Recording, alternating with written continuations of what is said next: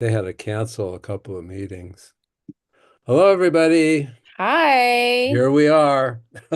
here we are on YouTube and hop on Instagram. Let's see here.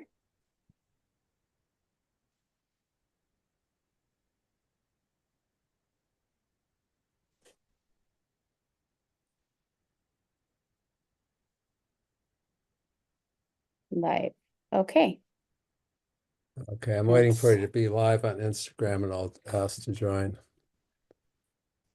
Hello, happy Friday. Hello, We're everybody. here, we're back, ready to answer your questions. Hi, YouTube. Please feel free to go ahead and put any questions you have in the chat box below, and we'll go ahead and start answering questions. We um let's see here. We are getting started. So I Happy sent you, Friday, everyone. if it's Friday where you are. Yes. Is it All right. is it Friday in Nigeria, same as us? No. Yes, it is. Yeah, it is. Yeah, they're I think 8 hours ahead. All right, so let's go ahead and get started with the first questions here. And we got a lot of good questions that actually came Yeah. in. Did you get my Um, request on Instagram to get on? oh, thank you. Of course, I gotta add in Dr. Q, like the star of the show here. All Okay. right. Happy Friday, G baby. Hello, everybody. All right. Hi, Mom. Let's see. Here we go. I think we got our very first question. I have sickle cell. I just lost my job because of my frequent hospitalization, like once a month. I'm so sad right now and don't know what to do ahead. Uh, a, a couple of questions. If you're, did your employer know that you had sickle cell disease? Yeah, because Because I had a patient who just did had got fired from a lot of jobs because he never told anybody he had sickle cell disease, and then he'd be hospitalized and just wouldn't show up, and that kind of got him into trouble. The other thing is there's the if you're in the United States, there's the American with Disabilities Act, so they can't fire you from their job for having sickle cell disease and being sick. So if you're in the United States, I don't know exactly how to do that. Depending on where you work, they may have an HR department, and you could go to them and say, I was let off because of my hospitalizations, and so they could work on that and get your job back. But you really, just generally speaking, you really need to let your employer know that you have sickle cell disease, because if they don't know, then they're going to make assumptions that you're fine and you're just not showing up for work. And when you're sick, you can't plan for it. It's just like all of a sudden you're in the hospital and maybe you don't have your phone doesn't work, you don't have a good connection, whatever. So you got to make plans for being sick when you have sickle cell with your employer. In the case of my patient, um, I asked him, why are you getting, he was inpatient. And so I was talking to him about employment and all that. Turns out he'd never told his employer. His employer came to the hospital to talk to him and got him a different job where he didn't have to stand up all the time. So not all employers are villains. Some of them are really nice and they might help you out knowing that you have sickle cell disease. So so this person's actually in India. in India, Yeah. yeah, well, that's the problem. I'm not sure they have the same laws in India. But in the United States, you're protected if you have a disability. Yeah, so what I would suggest is connecting with your local patient advocacy organization to understand what laws or regulations that might be in place for individuals living with disability. It varies from country to country.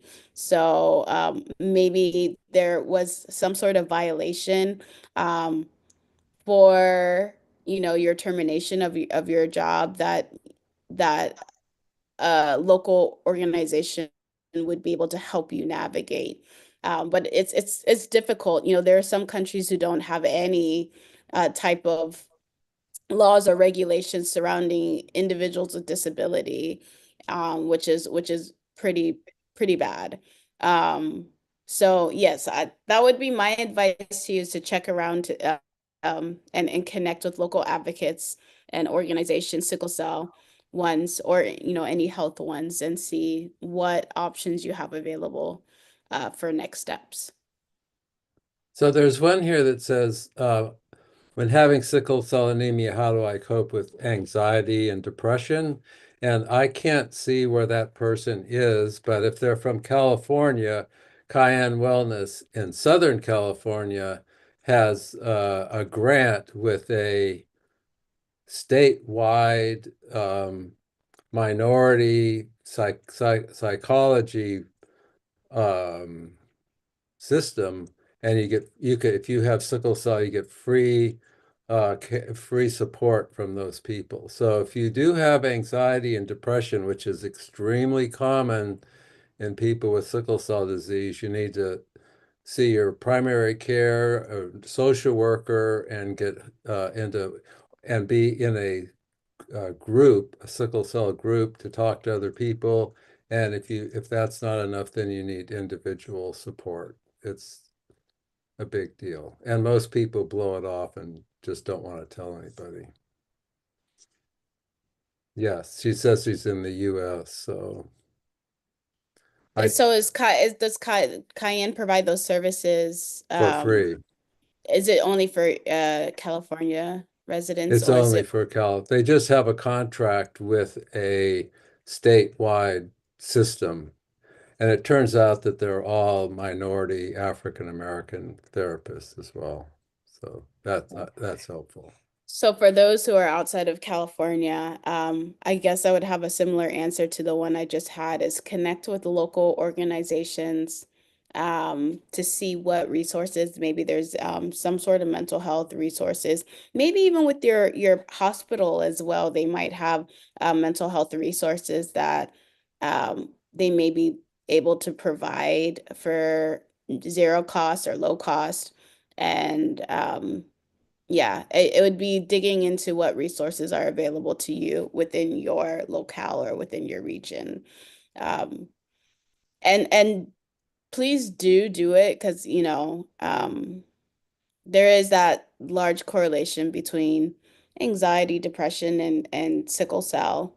So know that you're not alone in that, but also it is a part of your health too. We like to advocate, there's your physical health, but also mental health is just as important. So be sure to connect with, your local advocates and your local providers and see what resources are available to you.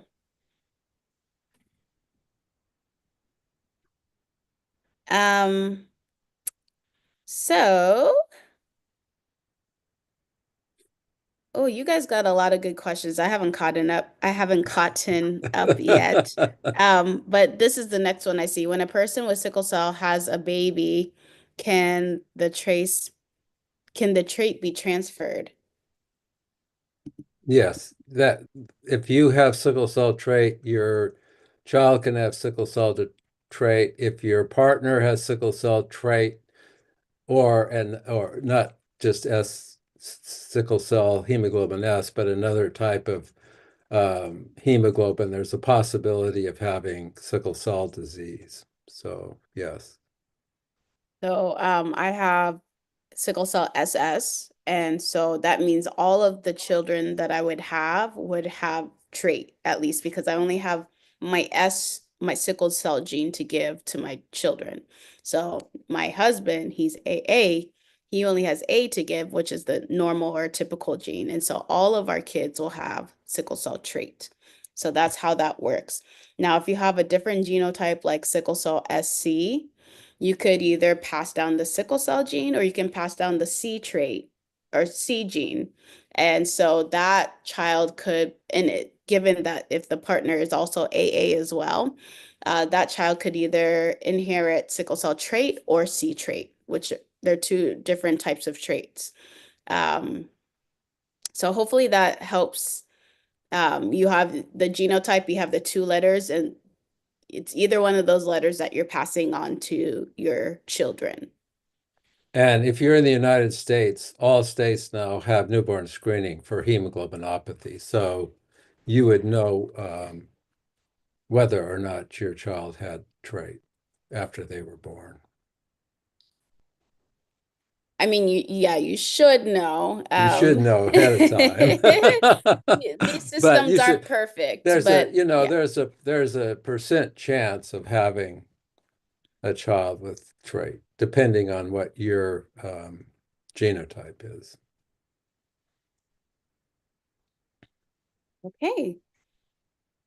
I like this question. I don't think we've ever gotten this one before. What tools or suggestions, I'm going to pin it here.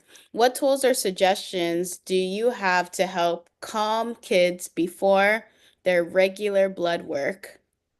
My kid's hospital helps with child life intervention that helps with toys and games, but my kid is not receptive. So you're talking to a pediatrician here, Chang. What are the tips and tricks for those blood draws?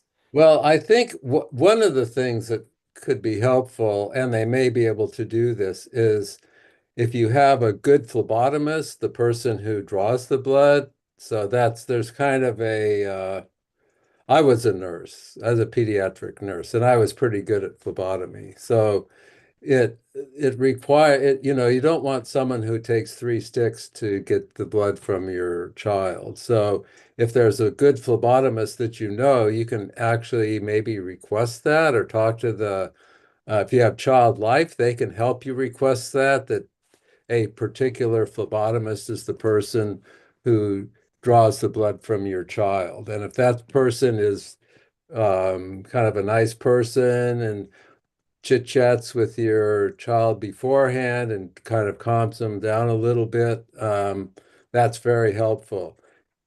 Depending on the age, nobody likes to get stuck. I don't like to get stuck. And so it's always going to be a little bit of trauma because it hurts, and then the needle's in there and it doesn't come out, and I don't know how, but say you're 5 years old. I mean, that just seems like an eternity to a 5-year-old. So and you need to sort of prep your child that not too soon, but when you are going to the lab, once you get in the lab, he knows what's going to happen.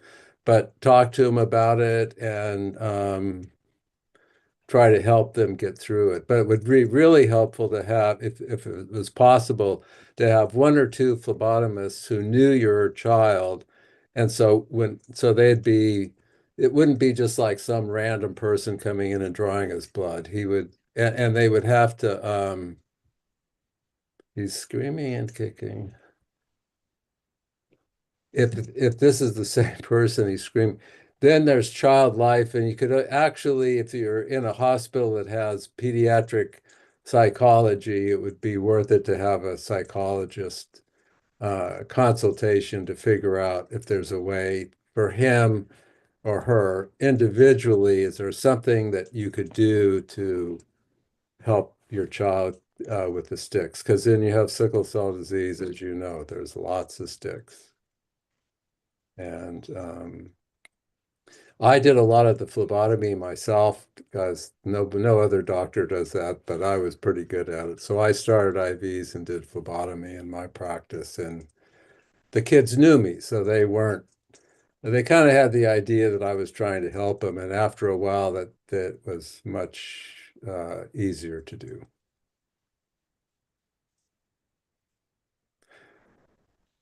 Um, so my daughter doesn't have sickle cell, but she does have autism, and she was very, very, very scared of needles. And what they did was, and this was a really great center. Like they kept that, they said that was a big deal. They treated it like a big deal. And so they had like an iPad for her to watch, and then they did restrain her, right? And they had some toys and everything, but that distraction, so she was watching one of her favorite shows, and while restraining, I was holding her. I think I had to hold her down. And they were able to draw blood. So there are definitely different ways. And then she got rewarded afterwards. Like she got this packet of Play-Doh, which she loves Play-Doh at the time. And so she um yeah, that's kind of what they did. And so as long as they're taking it very serious, and there are other tools too, like if your kid has those small ruly veins, they have ultrasounds, where they can kind of look at your veins and see what's there. So they do have tools as well, but you do want to request, and I do this for myself, somebody who is good at drawing, good at drawing blood. You don't want an amateur. You don't want anyone that's nervous. You want somebody that's confident. And then I also have a couple good veins. And so I have some veins to refer to people. I'm like, oh, this is my vein right here. You're gonna get it every time. And then I also know that like right in this area here, my veins blow. So don't even try that area because they always blow all the time. And that's gonna guarantee you sticking me more than once. And so knowing those tips and tricks um, is also helpful. Keeping your hands warm so that your veins are able to kind of pop and be juicy for the for the draw. Being hydrated. I have to get monthly blood draws because I'm on hydroxyurea.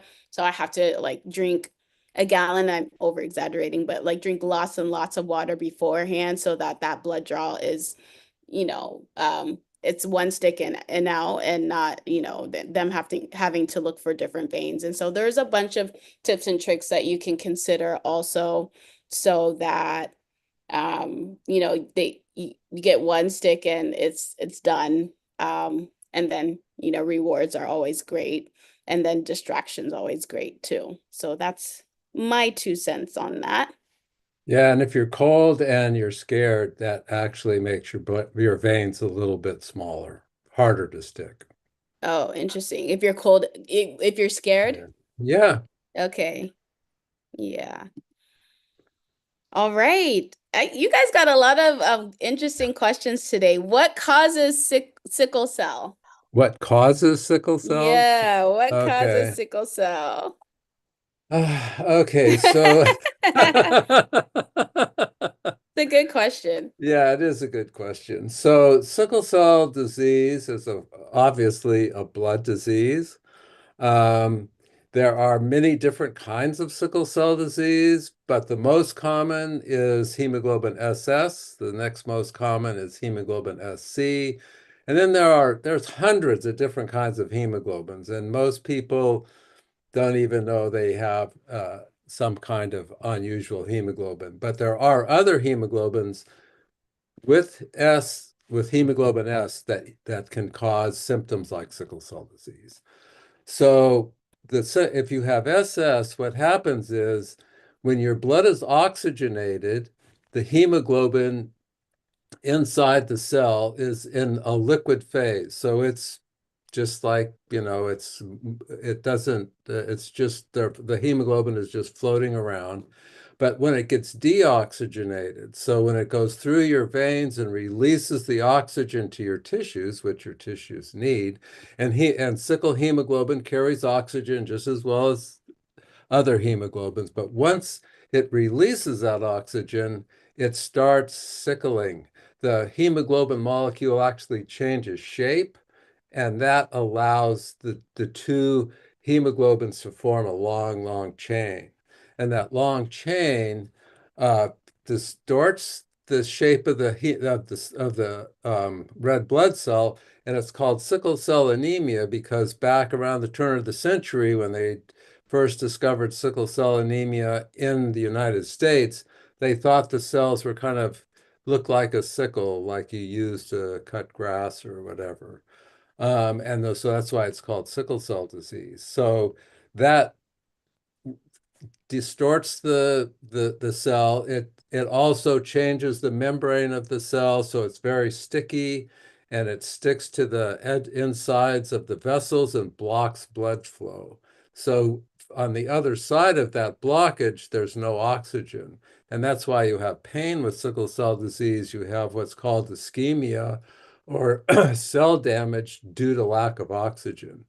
And so you have blood everywhere in your body. So you can't think of something in your body that isn't would not be affected by sickle cell disease. So everything in your body that has blood is affected by sickle cell disease. And so you can have bone pain, muscle pain, acute chest syndrome, pain in your chest, rib pain.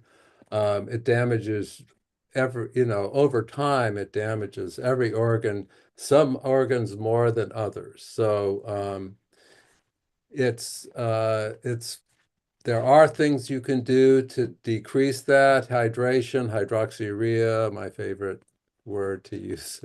Hydroxyurea, if you have sickle cell disease, really, really helps because it increases fetal hemoglobin, which is different than regular normal hemoglobin, and it actually inhibits sickling. So it increases your total hemoglobin because part of that is fetal hemoglobin. It also decreases the sickling. And theoretically, if your fetal hemoglobin is 20% of your total blood, the total blood in your body, then you don't have many symptoms of sickle cell disease. If it's higher, 30%, you could have no symptoms of sickle cell disease because that fetal hemoglobin is interfering with the hemoglobin molecules coming together to form those long chains and distort the uh, red cell. So that's why people take hydroxyurea. There's new gene therapy to increase your fetal hemoglobin, and that's life-changing. Yeah. So I my pitch on what sickle cell is, I guess, or my short um minute long pitch is, what Dr. Q said, it's a blood disorder, red blood cells particularly. And typically red blood cells are round and squishy and flexible and can get through blood vessels really easily, and they carry oxygen really, really well. Like they're kind of like magnetic to oxygen in a way, like here's oxygen, here's the red blood cell. And it's like, come on, let's go. And it's traveling around in your blood vessels, picking up oxygen in your lungs, dropping it off in different parts of your body. But in sickle cell, you have this mutation, this genetic mutation in which it is picks up the oxygen, but when it drops it off, that's when the cells turn from that round squishy to very rigid, fragile, sickle-shaped cells. And they don't carry oxygen very well. Cells die pretty quickly. So a typical cell um, lives for about 120 days. Sickle cell only lives for 10 to 20 days. So that's a huge discrepancy, right? So my body is always trying to make new cells because they die so quickly and they're fragile and they're not great at picking up oxygen. So as you can imagine, this causes a whole bunch of problems because wherever blood is, you know, sickling can happen. And so that can mean in your brain, in your eyes, your lungs, pretty much everywhere. So it's important to make sure you are staying on top of your health and being diligent about, seeing a provider and, living healthy and taking any medication and all of that. So the cause of sickle cell is a mutation in the DNA. The instruction to say, hey, make this type of hemoglobin, which is the typical hemoglobin, but there's that typo that says, hey, make this type of hemoglobin, which is sickle hemoglobin, and which isn't as good of doing a good job of carrying oxygen and delivering oxygen and living long. So hopefully that helps and that didn't confuse you more. But that's what sickle cell is, and that's what causes it. There is an evolutionary benefit to having one sickle cell gene, not two, one, and that's sickle cell trait. And so those with sickle cell trait have a higher resistance to malaria. So sickle cell is pretty much originated because it wanted to combat malaria. And that was found in sub-Saharan Africa, and just kind of around the malaria belt, but widely in sub-Saharan Africa, parts of India, Mediterranean, all of those areas. And the goal was to, you know, help fight against a deadly strain of malaria.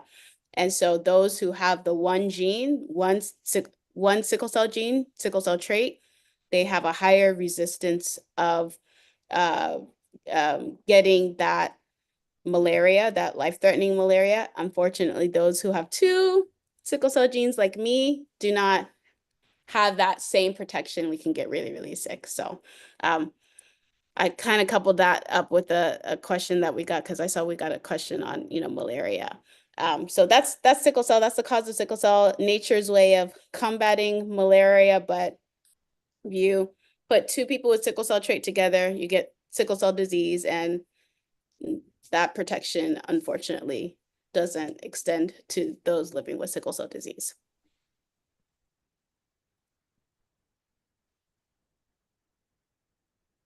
What's missing in a person's DNA that causes sickle cell?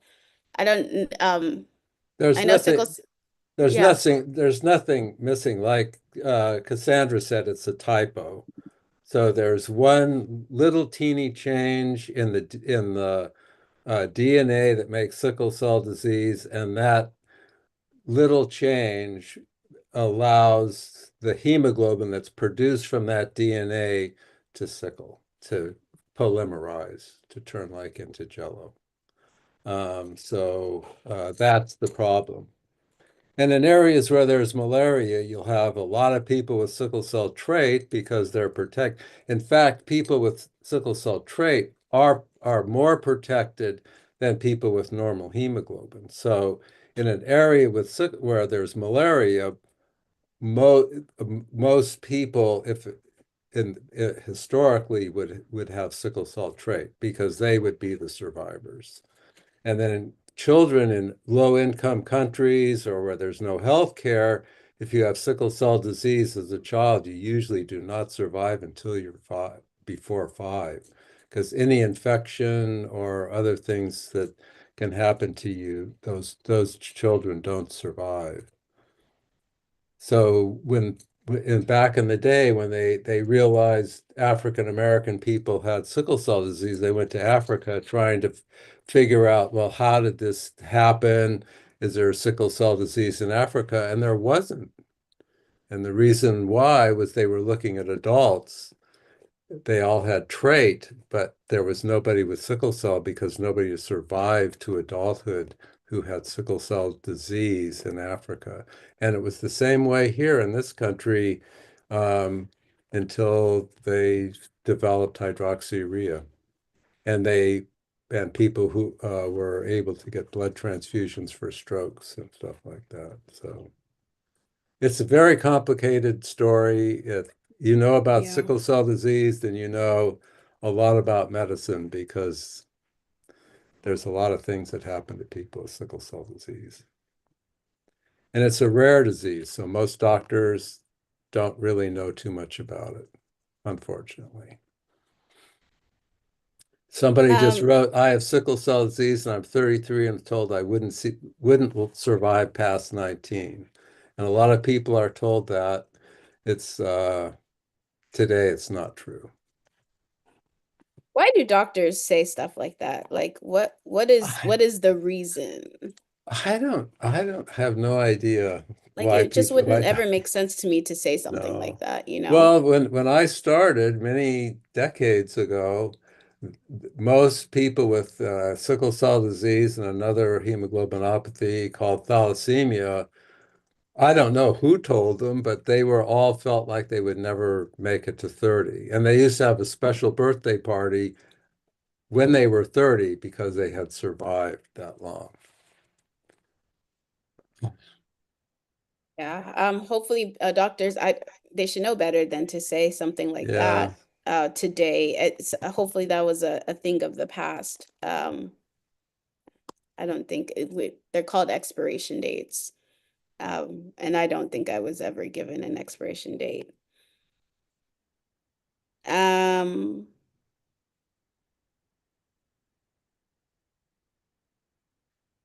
there was a follow-up question. You mentioned hydroxyurea. Somebody asked, isn't hydroxyurea a form of chemotherapy? Yeah, I saw that. Yes, it is.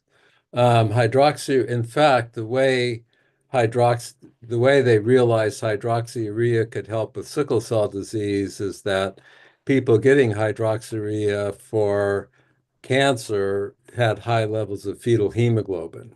And so they changed the way they prescribed, well, doctors changed the way they gave hydroxyurea, and that it's still not, ex well, at least to me, I don't know everything about sickle cell, but nobody really understands why giving hydroxyurea stresses the cells, and they start, as they're maturing, they start making fetal hemoglobin. So I'm not sure that that is completely worked out how hydroxyurea works, but it does, and it increases the fetal hemoglobin in the red cell. And fetal, like we said before, fetal hemoglobin interferes with sickling. And that's why Cassandra gets her blood drawn every month or two to make sure that the the hydroxyurea isn't decreasing the level of hemoglobin, your white blood cells, platelets, that kind of thing. Um, People used to feel that there would be a potential, because it's a cancer type of medicine, that people were thinking, well, wouldn't that maybe cause cancer because it's a teratogen, or, it can cause problems. But then, so they started giving people sickle cell disease in the late 1980s, 1990s. It was approved. And so they've been following people for decades, and there's no increase in any kind of cancer in people who take hydroxyurea. So fortunately, that cancer is not a side effect of taking hydroxyurea. Lowering your sperm count if you're a male is a side effect of, hi, Nivea, I need to talk to you. But low sperm counts in males that recovers when you stop taking hydroxyurea is a side effect of hydroxyurea.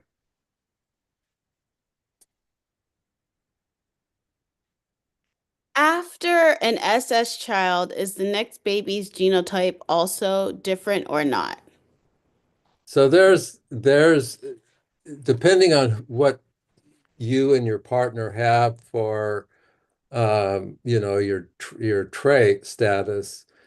If you both have trait, then you have a 25% chance of having a baby with sickle cell disease with every pregnancy. So that means that you could have, and I had families like this where they had three children in a row and every single child had sickle cell disease. Had other families where they had maybe two kids and they both had normal hemoglobin or trait, and then their fourth kid or third or fourth kid had sickle cell disease. And some people who uh, had normal children, which is 25%, with normal hemoglobin, they felt like somehow they weren't going to have kids with sickle cell. But if you have sickle cell trait with every pregnancy, you have a 25% chance of trait, 25% chance of normal hemoglobin, and a 50% chance of having trait. So that's the way it falls out. And it's totally random. So that's with every pregnancy. So you could have three kids in a row with sickle cell disease just by chance. Yeah, so a lot of people get confused because they see those diagrams, right? And they see like maybe they see the combinations, right? And those family trees are meant to show the combinations of two people, which let's say sickle cell trait, having kids with sickle cell disease. So it's 25% chance of sickle cell disease, 50% chance of sickle cell trait, and 25% chance of not having any of them typical. And so a lot of people think that's the way that that's the sequence that their kids will come out. And that's really confusing. It could be AS, SS, or AA on any pregnancy, anytime. That's just the chance of getting that. So, like Dr. Q said, you could have all like if you're pregnant three times, all three of them could have sickle cell disease, or it could be a combination of like the first one doesn't have anything, the second one has sickle cell disease, the third one has sickle cell disease. And so it's important to know for each pregnancy, if two parents have sickle cell trait, that there is a 25% chance of getting SS or sickle cell disease. Um, With each pregnancy, with not each pregnancy, not there's no sequence here. Um, Somebody asked if I have kids with someone who has trait and I have SS, and I think our kids would be guaranteed to have sickle cell. Is that right? So if you do the breakdown, this is kind of like math. Like genetics is a little bit like math. So somebody has SS like me, and then their partner has AS, sickle cell trait. When you calculate it all out, it's a 75% chance each pregnancy that they will have a child with sickle cell disease. So only a 25% chance of sickle cell trait. There's no chance that their child would ever come out, typical AA, because that first person who has SS only has S genes to give to their kids. So there would be a 75% chance each pregnancy that your child would have sickle cell disease, which is a high percentage. So hopefully that helps. It really gets really complicated. Like you guys could use, there are some exercises like you could use a Punnett square or kind of draw out your family tree. If you guys like math, then look up Punnett square, and then you put in everybody's, or you put in your genotype and you put in your partner's genotype, and then you can kind of calculate out what your chances are based off of your genotypes. Is there a correlation between anxiety due to lack of oxygen in our body? well, I'm sure not for sickle cell. But I am sure if your oxygen level was very, very low for some reason or other, you would be anxious because you wouldn't be getting enough oxygen. But for people with sickle cell disease, your anxiety and your depression comes from the fact that you have this chronic illness that just comes out of nowhere. Like you're feeling fine in the morning, and at 2 o'clock in the afternoon, all of a sudden you have severe pain or you have some other symptom, and it's unpredictable. And I'm sure I don't have sickle cell, so I can't, only Cassandra and you guys know, but I'm sure when you get really sick, you got to think to yourself, is this when I'm going to die? Is this my last illness? If you're in the ICU, you've got acute chest syndrome, that's scary. And that affects your life in every little facet. And it makes you depressed and anxious. I'd be depressed and anxious if I had sickle cell. I know that. Yeah. And just know it's a chronic illness. Anybody who has a Yeah, chronic illness, they have right, a higher risk of anxiety and depression. So it's not right. even just necessarily a sickle cell thing. Although I would argue that sickle cell is one of the more severe Yeah, chronic illnesses. So yeah. therefore, maybe those rates are higher within sickle cell. But people who are born with or get chronic illnesses, they have higher rates of anxiety and depression. And so, um, it's yeah, it's a chronic illness thing, and luckily we're getting more studies specifically for sickle cell surrounding anxiety and depression and how to manage them. There's a few studies looking at CBT, cognitive behavioral therapy, to kind of understand, how that might affect or how that might improve anxiety and depression. Um, but I think a lot of doctors would state that or would co-sign on um, visiting or seeing a therapist or having somebody to kind of manage your mental health.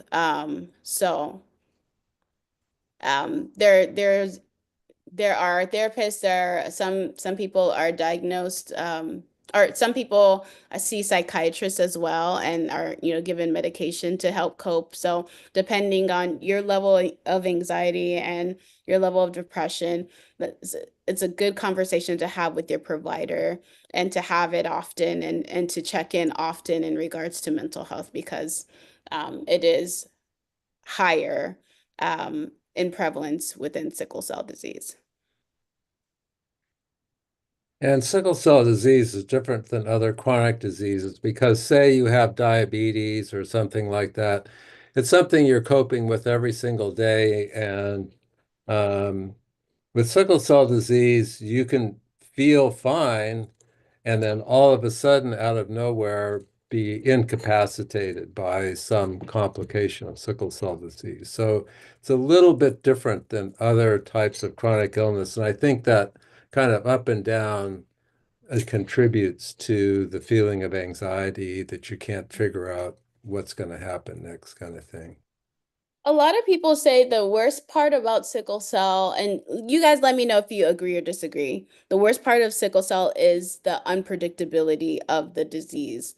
It's not, some people say it's that, some people say it's the pain. What do you guys think? Some people say it's the fatigue, but a big part of it is the isolation and like the unpredictability of sickle cell. They're up there on the list. So let me know what y'all think about that. That's definitely a thing for me. If you guys know me, you know that I catastrophize. I don't know if my mom's still on live, but she catastrophizes too as a caregiver. So, it's not the mental health, and I'm not saying my mom has mental health issues, mom. Um, but those who care, it's been found that caregivers suffer from PTSD, for example, and they do have their own set of mental health issues as well, just from caregiving sickle cell. And I bet doctors do too. And I don't know if there's been a study around that, but I bet doctors do too, just from treating people with sickle cell. So it's the tribe around you, right?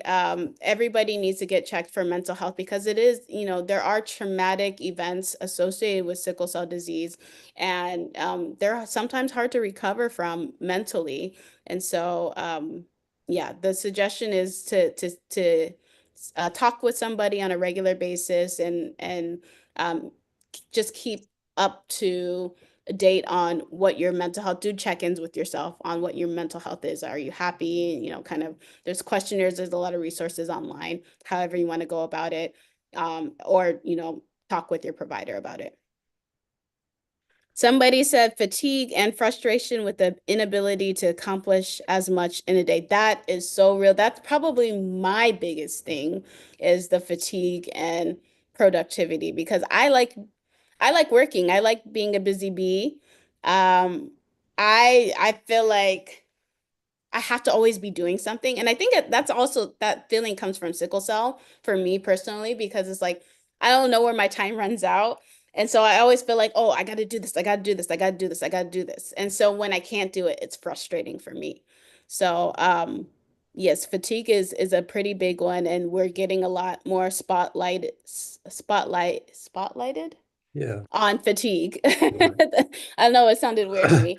On fatigue because for decades, it's always been the story's been about pain. And the pain is like it's a very, very, very traumatic.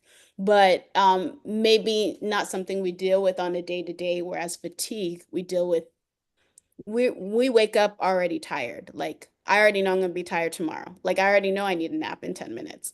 So fatigue is kind of that thing that's constant. And the pain is constant too, but that severe pain isn't, you know, a day-to-day thing, hopefully. Um, oh, this is so sad. I always cry when my son is in pain. I know that it's oh my gosh. I always think that out of all the roles in the tribe or in the sickle cell tribe that the caregiver is the hardest role. Not even being in the not even being the patient and being in pain. It's the caregiver to see somebody that you love to be in that type of pain is so hard. And I always tell people the story about how my daughter, she fell down and scraped her knee and like I was in shambles. And I can't even imagine. That was like a knee scrape. I can't even imagine what caregivers are going through, like, just when their kid is going through that pain and yeah, it's a lot of caregivers say they feel helpless and it's really hard to kind of stand by and watch somebody that you love in pain. So I definitely understand that.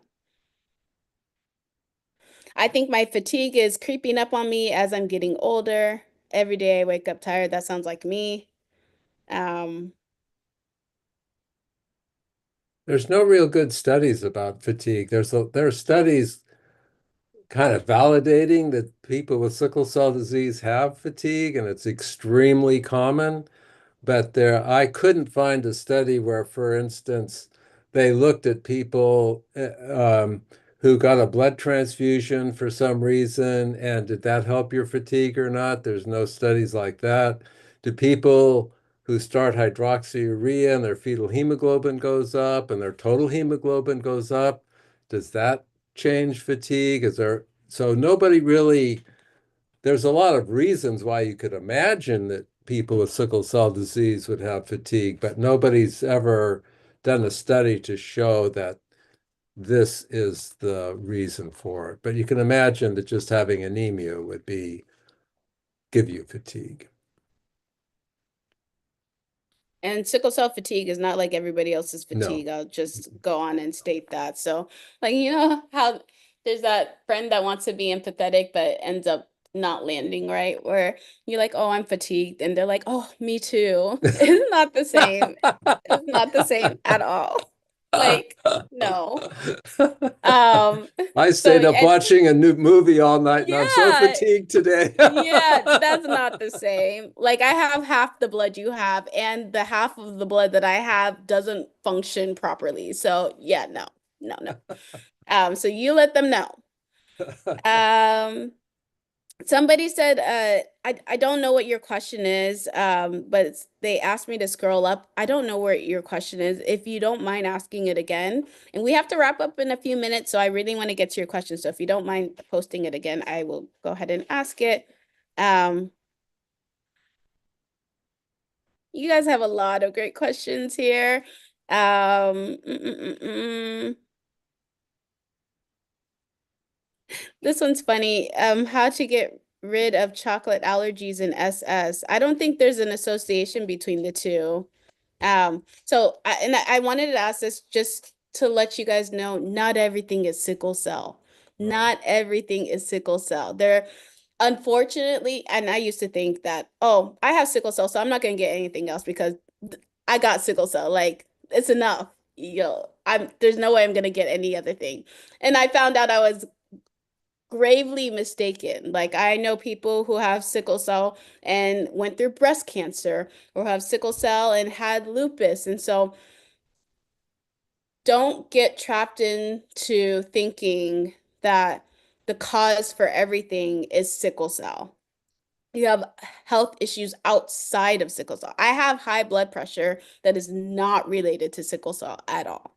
So just know there sickle cell can affect one thing, like can affect a comorbidity or can affect another condition, but just because you have sickle cell, it doesn't exempt you from other stuff. And so if you have a chocolate allergy, that has nothing to do with sickle cell, in my unexpert opinion. But Dr. Q, you correct me if I'm wrong. Well, I think that's a big problem for people for physicians is if you come in with sickle cell disease and you have some symptom, they immediately say, oh, that's your sickle cell disease. I mean, I think Yeah.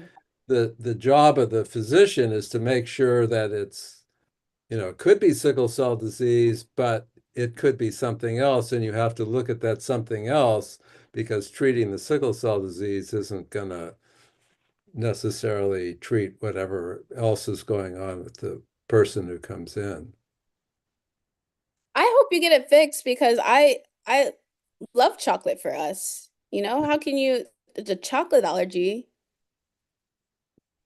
That's crazy. There are ways to treat allergies, but you'd have to see an allergist to see what was really going on with you. Yeah, and your hematologist probably could refer you to somebody, but they probably wouldn't be the best person to kind of help you treat that since Right, they're specialized in right. blood. So thank you for asking that question.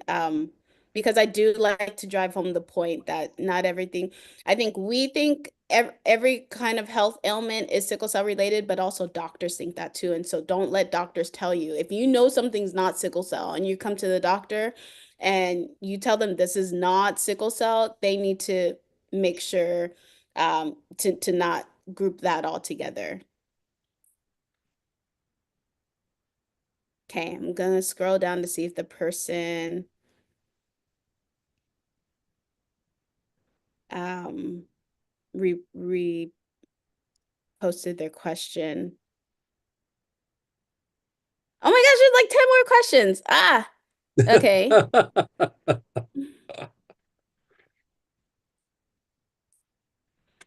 I see oh gosh, guys, we only have 4 minutes left. I just want to rapid fire a few of these. Can my parents be a donor for a stem cell or bone marrow transplant if they have stage 5 kidney disease or have had cancer? Um, I don't know. Oh, that's not even a rapid fire question. Do you have like a somewhat Well, succinct there response for are that? reasons why you couldn't be a donor, and it depends on what kind of donor. I think that being a donor is sort of you don't have a disease, so if you're the person, the physician, you don't want to put someone at risk to be a donor just to be a donor. Um, so if you have chronic disease, and I'm not a transplanter, so I don't know but I think if you had really severe kidney disease, that might exclude you. If you had other kinds of diseases, if you had cancer, it would depend on what kind of cancer, because sometimes you're in remission, but like if it's a blood cancer, you're in remission, but the cancer is in your bone marrow. So, yeah, that's something you'd have to talk to a transplant doctor about. And you'd have to know what kind of cancer you had, how bad your kidney disease was. If you're on dialysis, that probably would definitely be a big issue and maybe exclude you. Okay. Um, Safest birth control for individuals with sickle cell.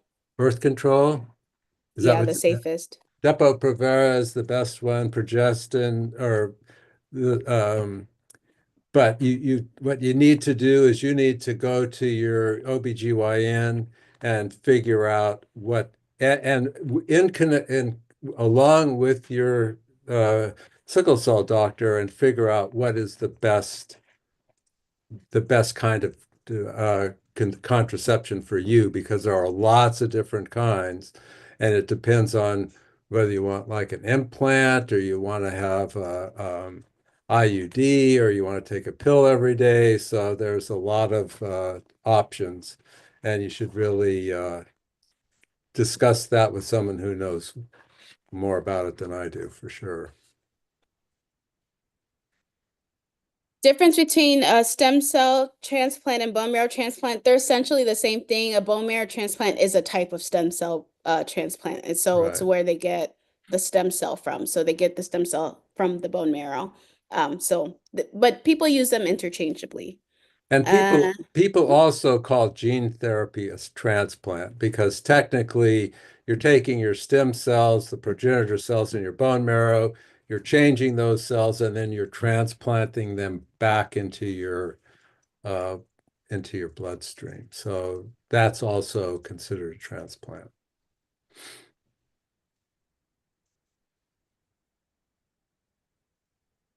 And in all transplants, you do get some kind of chemotherapy to what they call making room for the new cells. In the future, they have developed some antibody and other kinds of ways to prep you for a transplant. So in the future, it may be, the big thing about a transplant is you have to take medication to eliminate your bone marrow cells, and in the future that will be much safer. Not around the corner, not next month, but years from now. all right, Nivea, girl, you know Dr. Q, right? You know Dr. Q. You reach out to him because Dr. Q has to talk to you anyways, and I you ask him about the know. tips around experiencing poor care in the hospital. And I wrote the question down because we can start our next live with that question because it's a big one, and I don't want to rush through it because it is a big one. And it's a big problem. So, girl, reach out to Dr. Q, and he got you. Um, and then You can call me after this, Nivea. And then you guys, I'm so sorry. I have to get to the airport, so I have to go, but we will be back in 2 weeks. So if your questions did not get answered, please feel free to send them to ask at SC101 if they're urgent and you really need an answer for it. Ask at sc101.org. And Dr. Q does a wonderful job, fantastic job of answering those questions. And we will be back in 2 weeks. Dr. Q, you want to close out for us? Yes, so this is, Sickle Cell 101 is all about education. So the stuff that we're talking about here is to educate you about your sickle cell disease. We're not advocating any kind of therapy. We're not advocating any kind of particular treatment. And what we say here is our opinion. So we're giving you what we feel is the best information, but maybe there's information that we don't know about. So with those caveats, that is what Sickle Cell One is all about. So um, that's my ending. You guys, it's Friday. It's Friday. Happy Friday. And Enjoy your we'll day. see you Enjoy in your 2 weeks. weekend. Yeah, see you in 2 weeks. Relax, kick back. Any drama come, just exit out. Stay away from me. And we'll see you guys in 2 weeks. Thank you guys so much for the questions. They're really great Yeah, questions. thank I you, really wish I could everybody. get through all of them, but I can't. But we'll be back. All right. See you Okay, guys see you in later. 2 weeks. Bye-bye, everybody. Bye.